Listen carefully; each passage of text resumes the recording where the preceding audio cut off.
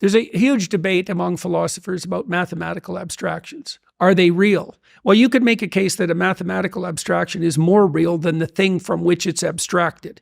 How would you make that case? If you're a master of mathematics, you master the world.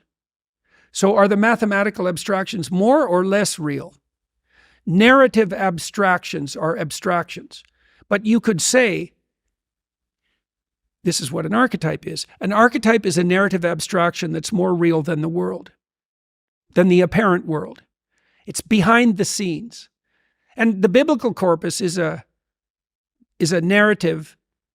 It's a hyper-real narrative. That's the right way to think about it.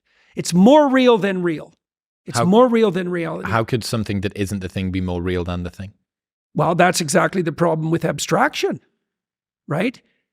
Is the idea of a church more real than a given church? Well, it is in some ways, because it encapsulates what's similar across all churches, right? So it's like a Platonic ideal. A category is like a Platonic ideal.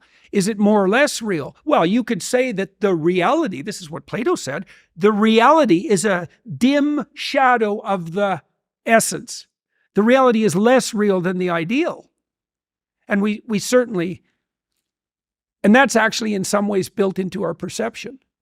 Like we criticize the things that present themselves to us because they are poor reflections of the hypothetical ideal. You might say, well, the ideal isn't real. It's like, well, you could make the opposite argument, which is that the ideal is more real than the thing itself.